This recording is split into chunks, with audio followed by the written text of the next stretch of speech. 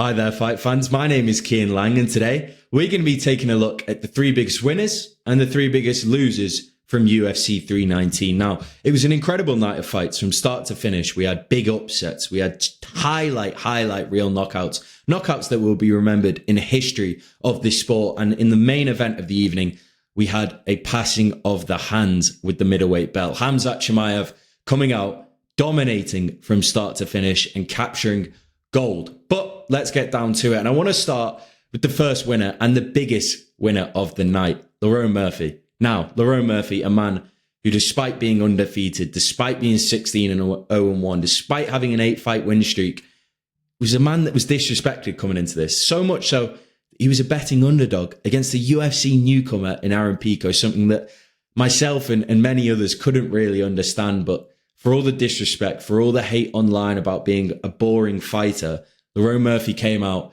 and made the statement of the night in the co-main event. The fight started, Aaron Pico looked very good, landed some big body shots and early takedown. But like so many fights before, Lerone Murphy refused to be beaten. He got off his feet, he took those shots, and eventually, just over 3 minutes into the very first round, Pico continued to smother, continued to press forward, rather recklessly at times, and walked onto one of the best knockouts I have ever seen in my life. The spinning elbow that Lerone Murphy landed in this fight was something out of a picture book. I mean, it was so perfect. It was unbelievable. And looking ahead to the future now, it doesn't just secure Lerone Murphy $50,000. It doesn't just secure him a place higher up the rankings. It secures this young man a title shot. At 34 years old, it kind of felt like it was now or never for Murphy. You know, a big loss in this one. Could he find it in himself to come back? Those questions don't need to be answered now, because he went out there and made the sort of statement that guarantees you a fight with the division's greatest ever fighter, Alexander Volkanovski. We saw the champion after the fight immediately asked for this fight in December. Dana White, of course, agreed. Lerone Murphy agreed. It seems as simple as that. So Lerone Murphy, an incredible performance, stole the show really in the co-main event and secured himself a chance at gold, a chance at history. Could he do it in his home city of Manchester? We'll see. December wouldn't really line up with that, but it's going to be an incredible fight nonetheless. And moving forward, we'll go to the other side. The biggest loser of the night, in my opinion, was the rest of the middleweight division.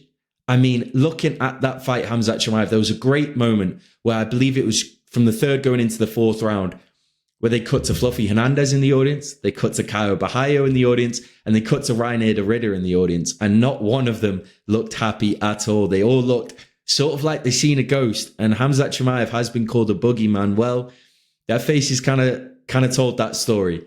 Khamzat Chimaev, I mean, what can you say? This man went out there against Dricus du Plessis, a man who has beaten Sean Strickland twice. He's finished Robert Whittaker. He has finished Israel Adesanya. He's beaten Derek Brunson. He has beaten Darren Till. He's undefeated in the UFC. And he got controlled for 22 minutes out of a 25-minute fight. This was complete domination. The scorecards read 50-44. To me, there was a couple other rounds that could have very easily been 10-8. I mean, it was the most dominant performance by a challenger we have ever seen in a title fight.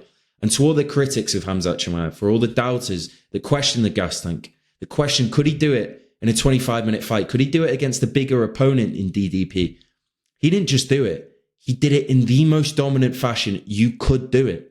And he wants to get right back in at UFC 321. And to me, looking at those challenges that were sat in the audience, I mean, what must they be thinking? Fluffy Hernandez had an incredible win last week over Roman Dolidze. That's who you've got to beat for the belt. Caio Bahayo, of course, is fighting Nassourdine Imavov early September in Paris, France, is what is deemed to be a number one contenders fight.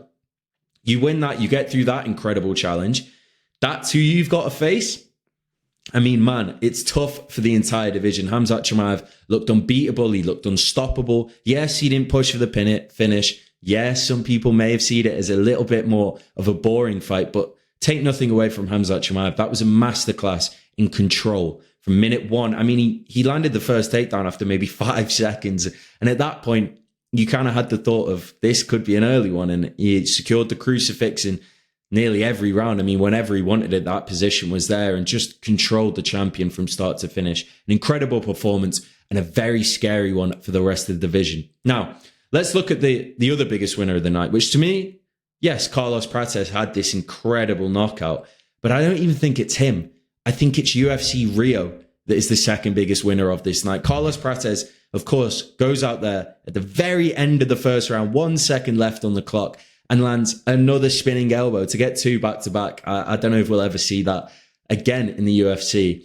Sending Jeff Neal to the canvas unconscious. It was a typical Carlos Prates knockout. Landed the shot and he started walking off straight away. This man's like Mark Hunt when he hits people. There's no need for follow-up shots because when he hits people, they go flat out. It is incredible to see the power that man has. And after the fight, in his post-fight interview with Joe Rogan, he turned to Dana White. He, of course, asked for the $50,000 like he wasn't going to get it anyway. But more importantly, he asked for a spot on UFC Rio as the co-main of the night. He called for Leon Edwards. And to me, that is such a perfect fight and such an incredible fight to make that card just that little bit sweeter. Of course, Charles Oliveira in the main event going up against Rafael Fiziev. And with a fight like Prates versus Edwards, all of a sudden that card is looking like one of the more stacked fight nights of the year. So an incredible win for Rio, an incredible win for Carlos Prates. Commiserations to Jeff Neal. He looked a little bit slow in there. You know, he landed some good calf kicks early on in the fight, but Carlos Prates just looked so good. I mean, this man has been impressive every time he stepped into the cage, even against Ian Gary in a loss. He showed great grappling, he showed great takedown defense, and he showed that he can go all 5 rounds. But this was another level. This was terrifying to see. That he was throwing spinning back elbows, of course, landing it and finishing the fight. He was throwing spinning back kicks to the body. He was throwing step-in elbows to the head. Beautiful left hands. His calf kicks looked just devastating. Completely immobilized Neal early on in the fight. He's a scary prospect for, in my opinion, the UFC's most stacked division now. I mean, the fact that this guy could maybe even be ranked outside the top 10 after a performance like that, man, is welterweight special at the moment. Easily the second biggest winner of the night, UFC Rio. I cannot wait for that card. And we'll go to the other side again. The second biggest loser of the night, unfortunately, is a man that I picked. Now, granted, it was my only incorrect pick on the main card. So we're 9 out of 10 if we're looking at the last 2 card predictions we've done on main cards here on Calf Kick Sport. So, you know, if you haven't already, pay attention to our picks coming up for future cards because you might just earn some money off it. That's all I'm saying. But the one we got wrong, Kai Asakura, a man who came over from Ryzen, a champion over there, of course, so much hype behind him. Okay, he came up short, but he came up short against Alexandre Pantoja in his UFC debut. No one was really hating on him too much. You know, it was sort of okay. You know, that's done. He's probably the division's second best ever fighter. Let's see what you do in your next one.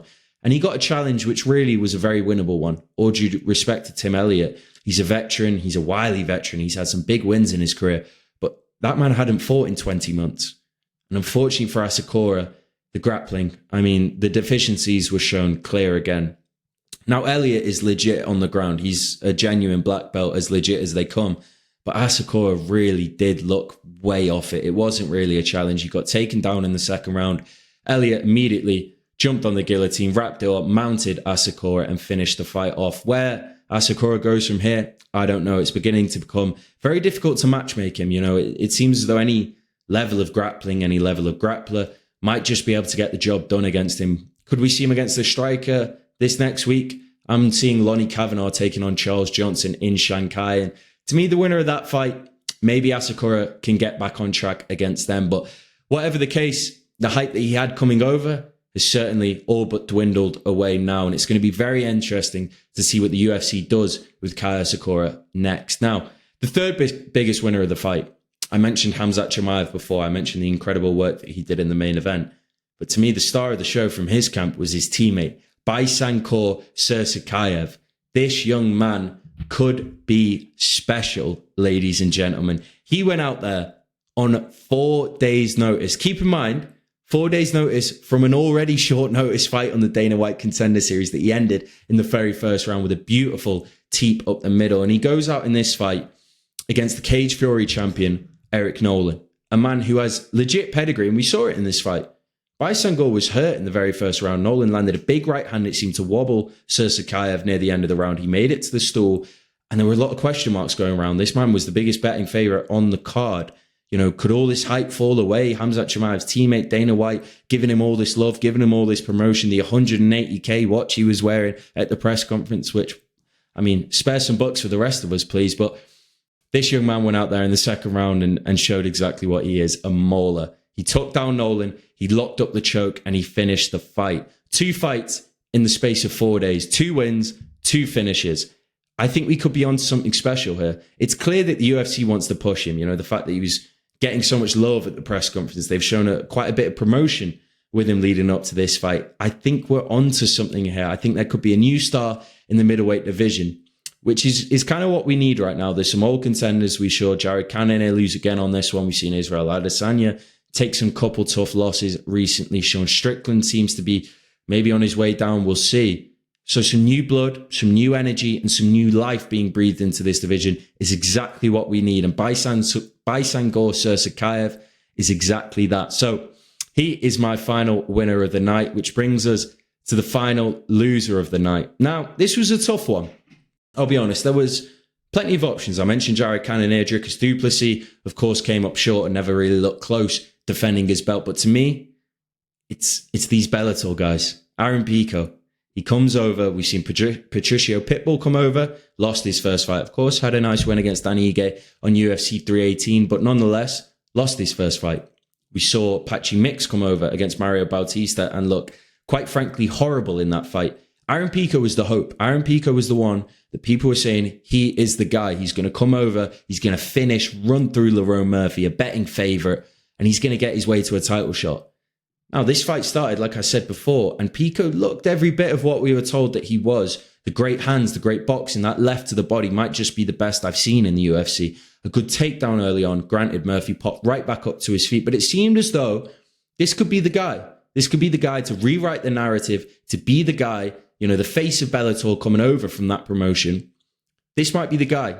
Nonetheless, like I said, over 3 minutes into the round, he got a little bit sloppy. He seemed to be forcing the issue just a little too much. And ultimately, he walked onto something. He walked through with his hands down, sort of just marching Murphy down, and got slept with, like I said, one of the most vicious knockouts I've ever seen. If you haven't watched it, please do yourself a favor, go and watch that finish.